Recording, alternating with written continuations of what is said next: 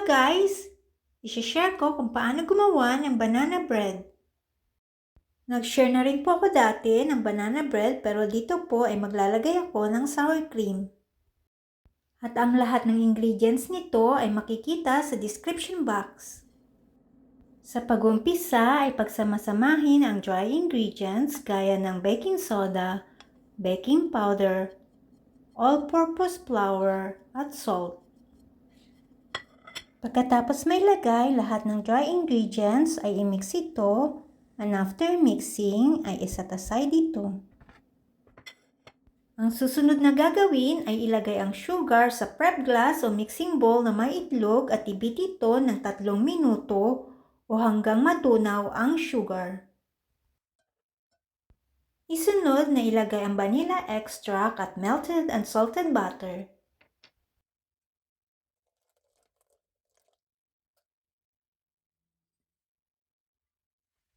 Muli itong haluin o ibit. Ilagay ang sour cream.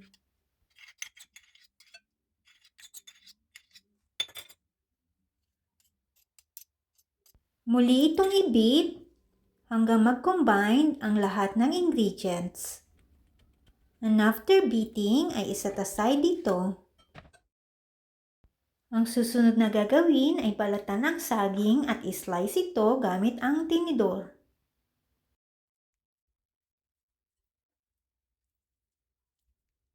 Durug-durugin ang saging o i-mash ito. After mashing, ay i-transfer ang mashed bananas sa wet ingredients.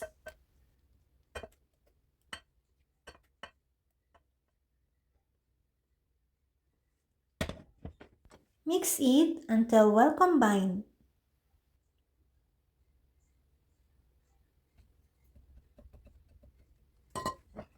After mixing, ay ilagay muna ang kalahati ng dry ingredients at muli itong i-mix.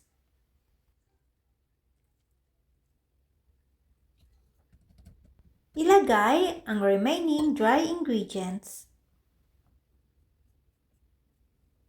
Muli itong i-mix hanggang mawala ang mga buo-buong harina at huwag itong i-overmix. After mixing, ay ilagay naman ang chocolate chips at muli itong i-mix.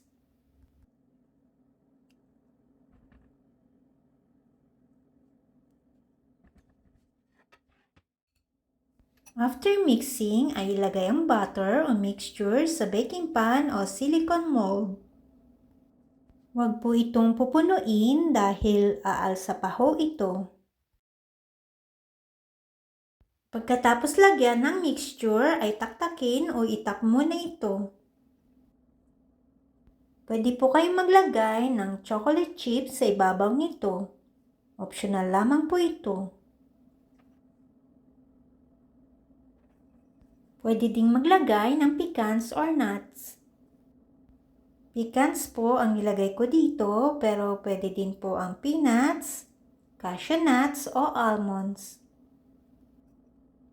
Pagkatapos maglagay ng toppings, ay i-bake ito sa preheated oven 350 degrees Fahrenheit ng 40 to 45 minutes or until toothpick inserted comes out clean. And after baking, remove from oven and ready to eat. Lord, keep me obedient to your commandments, because in them I find happiness. Psalms 119 verse 35. Please like, share, subscribe, and hit the notification bell. Thanks for watching.